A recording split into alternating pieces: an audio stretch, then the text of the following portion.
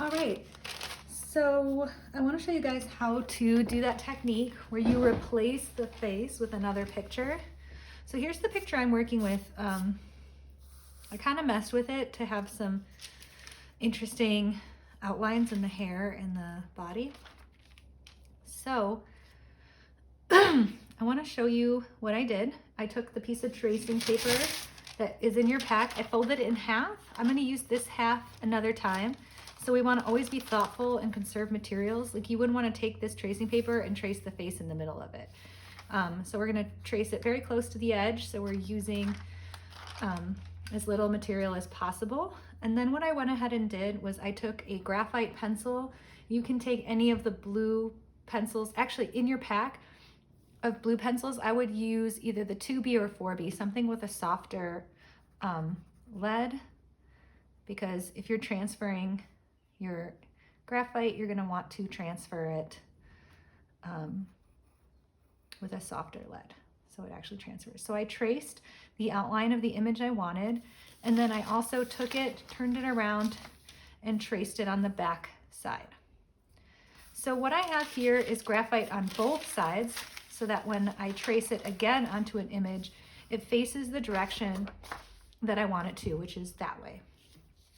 So if you are doing something that is very light in value like this, you should be able to see the line. If you trace back over it, you should be able to see the graphite transfer. And then I'll show you what to do with a darker one. So see how I can see the line, but you can see even when in this little darker area, it's not transferring quite as clearly. So let's go back to this. So let's do the nose. And I can't really see that. See that? It's very difficult to see, but on this light area, it transfers very well. So unless your picture is pretty much all light, it might be a little difficult to see when you transfer it. So I'm going to show you something that you can do. So I picked a very dark picture. Oh, here's a light one to show you. I picked a very dark picture to show you. I was looking for light ones. This is actually perfect. So let's say you're doing this snow image, and you know, you wanted to have maybe some of the dog sled team in there. So if I was doing this snow image, let's see how that transfers on a light material. Because again, we're trying to create contrast. If you're using a light picture, a dark line will show up, but if you're using a dark picture, a dark line will not show up. So that actually showed up pretty good, and then I can kind of see it, so I would go through and make sure I can trace out these lines to really see what I'm doing when I start to cut.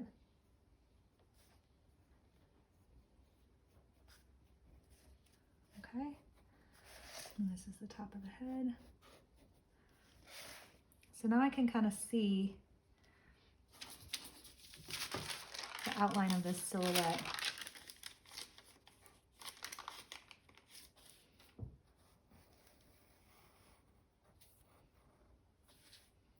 So yeah, I'll show you a full demo of the light and then the dark.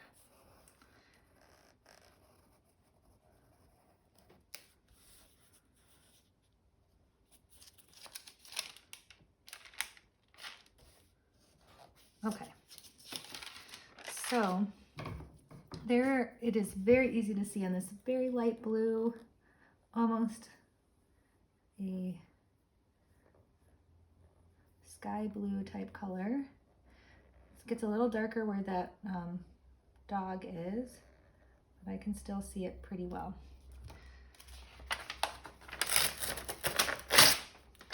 So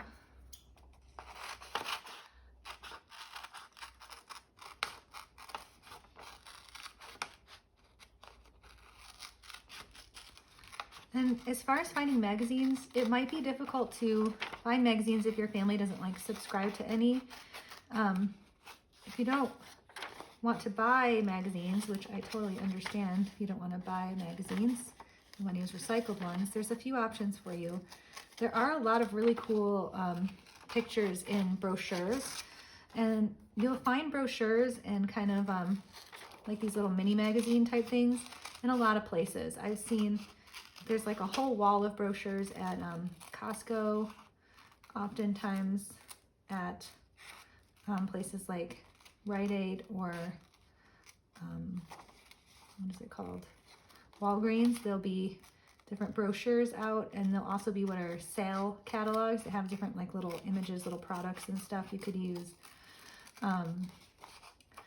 At places like the dollar store, they have these little mini magazines that are only $1. Also, I don't know if they have this in Portland, but in San Francisco they had a place called Scrap where you could get like recycled materials, and that's actually where I got like almost all of my magazines. So there's my face, and let's see how it looks with the hair. Ooh, that's cool. That's pretty neat. So it actually fits in perfectly. So for those of you who want to use a darker picture, I'm going to show you how to do that too. And you will need your pencil, but you also need a piece of white chalk. And you have a little packet of black, gray, and white chalk in your art kit. I do not have an art kit with me, so I am going to use my son's white sidewalk chalk. And I think it will work just fine. So what I'm going to do is I'm going to take my printout and I'm going to color a long line on the back. So I want it, you know, I want to cut out this side. So I'm going to trace along the back with my white chalk and really coat that line, because I'm going to be transferring the white chalk instead of the dark graphite.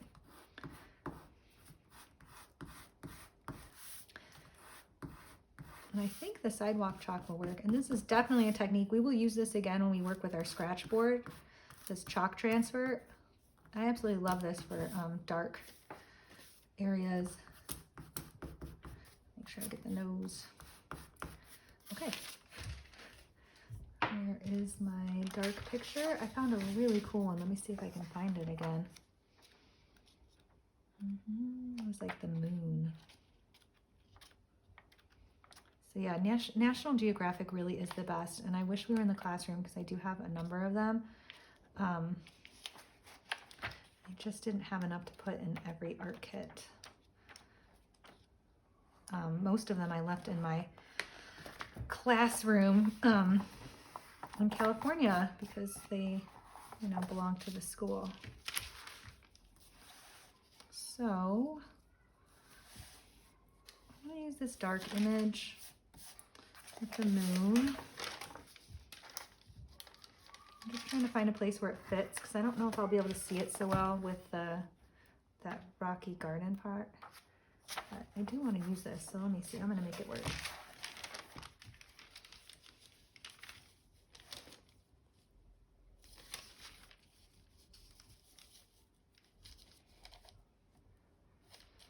Gotta go right up to the edge here. Okay, but I want the moon in it. Gotta rotate it. Okay, perfect. I think that'll work out quite well. So then I'm gonna trace that again, pressing nice and dark. And you can even peek and make sure it's transferring. And my idea is that probably yours will transfer even better since you're using the more concentrated chalk. I'm using sidewalk chalk, which is a little bit less pigmenty. And it's cheaper and it doesn't have as much concentration to it. So I'm hoping your white chalk is a little more bold. Yeah, see, I'm not seeing it so much over the rocks part. So this is the tricky thing. It's not perfectly easy to do this. You could also try holding it up to a window and tracing the line over. But in images like this where it's not wholly dark or not wholly light, it is a little trickier. So you might have to kind of see. So I can see the face.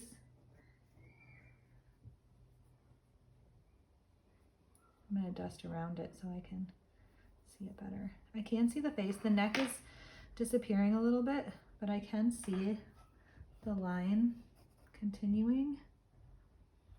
So I'm just going to do the best I can to cut this out, and we'll see what we end up with.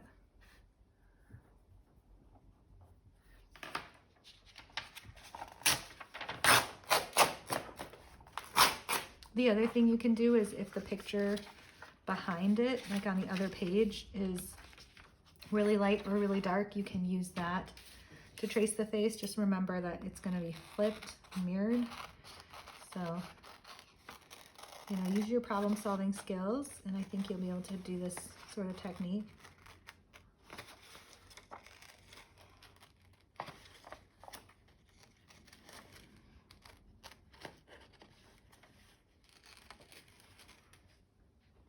The cool thing is I kind of dented the paper when I was pressing. So if I hold the printout just right, I can actually see the line I need to cut, even though I can't really see the actual line over this kind of gray rock formation pattern. So if I hold it in the light just right, I can actually follow the line. It's just a little trickier.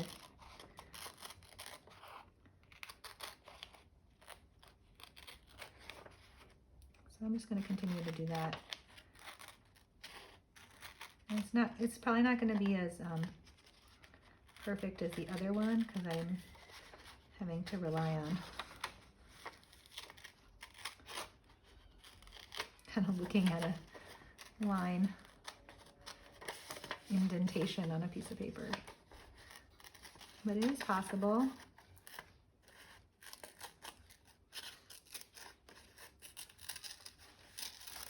And remember, this is Dada collage, so we're not going to be perfectionists. You guys will get to know me and my art style probably, and I do tend on the perfectionist side, so this is a struggle for me, but that's kind of why I like this project. If any of you guys are like me, having to go off plan and just see what happens can be a little scary, and that's absolutely fine. Boom. Not bad. That actually looks pretty darn neat. I'm actually happy with that. I don't know which one to choose to use, the dog sled team or this one. They're both really cool. Ooh, what if I layered them? What if I was like two faces? So this is where you can start to play and to see what happens. I'm just trying to figure stuff out myself, and I have cut out my eye, and I was thinking of kind of adding it back in somewhere. It's kind of cool. I don't know. Making it like another planet could be kind of cool, and then maybe using like some white pen or chalk or gluing down little dots to be stars. That could be neat. I did find this really weird, giant, creepy eye I found this other one. I don't know, guys. I'm getting weird. So that's the end of the demo. Just wanted to show you that technique that you guys were curious about. As far as other ideas, you know, having some different pictures of yourself is really helpful. Having some different magazines pulled out for collage is really helpful. And then just seeing what happens. Even like the silhouette that I cut this from could be really interesting somewhere, you know, within the piece. This extra silhouette, you know, whatever.